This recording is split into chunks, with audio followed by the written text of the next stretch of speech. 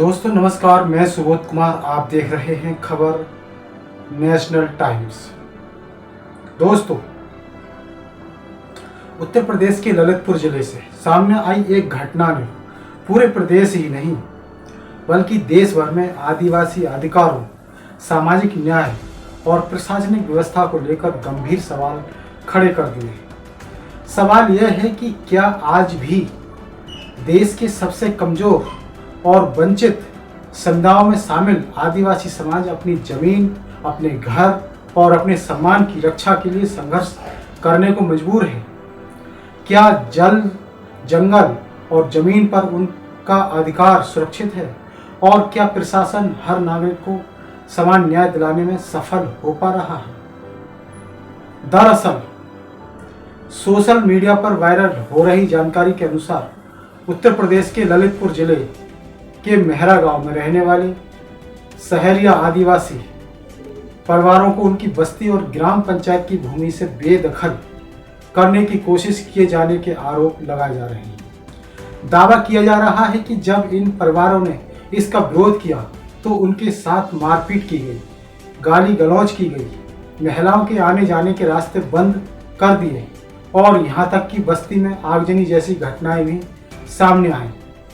हालांकि इन सभी दावों की स्वतंत्र पुष्टि और प्रशासनिक जांच अभी होना बाकी है कि आखिर चल क्या रहा है, पुलिस क्या कर रही है, क्या जांच हो रही है। इस पूरे मामले को लेकर सामाजिक कार्यकर्ता हंसराज मीना ने सोशल मीडिया प्लेटफॉर्म एक्स पर पोस्ट करते हुए गंभीर चिंता व्यक्त की है। उन्होंने लिखा कि ललितपुर जिले के महारा गांव में सहरिया आदिवासी परिवारों को उनकी बस्ती और ग्राम पंचायत की भूमि से बेदखल करने की कोशिश की जा रही है। विरोध करने पर हिंसा और उत्पीड़न की घटनाएं सामने आ रही हैं। उन्होंने प्रशासन से निष्पक्ष जांच और दोषियों पर सख्त कार्रवाई की मांग की है। साथ ही उन्होंने यह सवाल भी उठाया कि क्या उत्तर प्रदेश की आदिवासियों का जल, जंगल, जमीन और सम्मान सुरक्षित है। वहीं सामाजिक कार्यकर्ता मुपल्ला राव ने भी इस घटना को लेकर सरकार और स्थानीय तंत्र पर गंभीर आरोप लगाए हैं। उन्होंने दावा किया कि आदिवासी समुदाय को उनकी जमीन से हटाने का प्रयास किया जा रहा है, उनके खिलाफ हिंसा की जा रही है। हालांकि यह स्पष्ट कर देना जरूरी है कि ये दावे सोशल मीडिया पोस्टों के आधार पर सामने आए हैं और इनकी आधिकारिक पुष्टि प्रशासनिक जांच के बाद ही हो सकेगी। हम डायरेक्ट इस घटना की बात नहीं कर रहे हैं। दोस्तों, सहरिया गांव में जनजाति भारत की सबसे कमजोर और पिछड़ी जनजातियों में गिनी जाती है। यह समुदाय मुख्य रूप से मध्य प्रदेश और उत्तर प्रदेश के कुछ हिस्सों में निवास करता है। भारत सरकार ने सहरिया समुदाय को विशेष रूप से कमजोर जनजातीय समूह यानी PVTG की श्रेणी में रखा है। वर्षों से ये समुदाय गरीबी, अशिक्षा, बेरोजगारी और पोषण जैसी समस्याओं से जूझता रहा है। ऐसे में यदि इनके विस्थापन या उत्पीड़न के आरोप सही साबित होते हैं तो यह केवल एक स्थानीय विवाद नहीं बल्कि सामाजिक न्याय और संवैधानिक अधिकारों का बड़ा मुद्दा बन सकता है। अब दोस्तों, ये सच्चाई है तो ये आदिवासियों के लिए उनकी सुरक्षा के पर बड़ा सवाल है। भारतीय संविधान हर नागरिक को समान अधिकार देता है। अनुसूचित जनजातियों की सुरक्षा के लिए कई विशेष कानून बनाए गए हैं। संविधान के अनुच्छेद 21 के तहत प्रत्येक नागरिक को गरिमामय जीवन का अधिकार प्राप्त है। इसके अलावा अनुसूचित जाति एवं जनजाति के अत्याचार निवारण अधिनियम भी कमजोर वर्गों को संरक्षण प्रदान करता है। ऐसे में यदि किसी आदिवासी समुदाय को जबरन बेदखल करने, डराने, धमकाने या हिंसा का शिकार बनाने के आरोप सामने आते हैं तो उनकी निष्पक्ष जांच होना बेहद जरूरी माना गया है।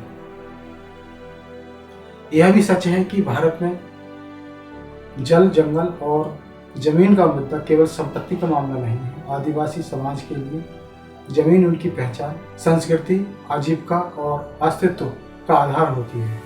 जब किसी आदिवासी परिवार को उसकी जमीन से हटाया जाता है तो केवल उसकी संपत्ति नहीं छीनती बल्कि उसकी पीढ़ियों से जुड़ी सामाजिक और सांस्कृतिक विरासत भी प्रभावित होती हैं।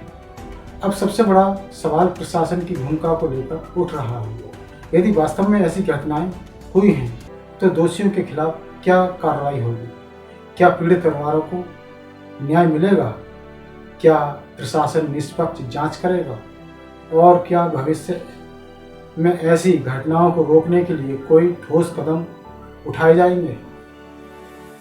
इन सवालों के जवाब आने वाले दिनों में जांच रिपोर्ट और प्रशासनिक कार्रवाई से सामने आएंगे। लोकतंत्र की असली ताकत यही है कि समाज के सबसे कमजोर व्यक्ति की आवाज़ भी सुनी जाए।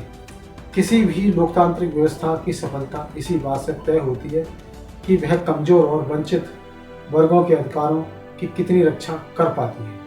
यदि किसी भी नागरिक के साथ अन्याय होता है तो उसकी निष्पक्ष जांच और न्याय सुनिश्चित करना सरकार और प्रशासन दोनों की जिम्मेदारी है। सोशल मीडिया के इस दौर में कई बार घटनाएं तेजी से वायरल हो जाती हैं, इसलिए जरूरी है कि हर मामले की निष्पक्ष पारदर्शी जांच हो ताकि सच सामने आ सके। यदि आरोप गलत है तो तथ्य सामने आने चाहिए और यदि आरोप सही है तो दोषियों पर कानून के अनुसार सख्त कार्रवाई होनी चाहिए।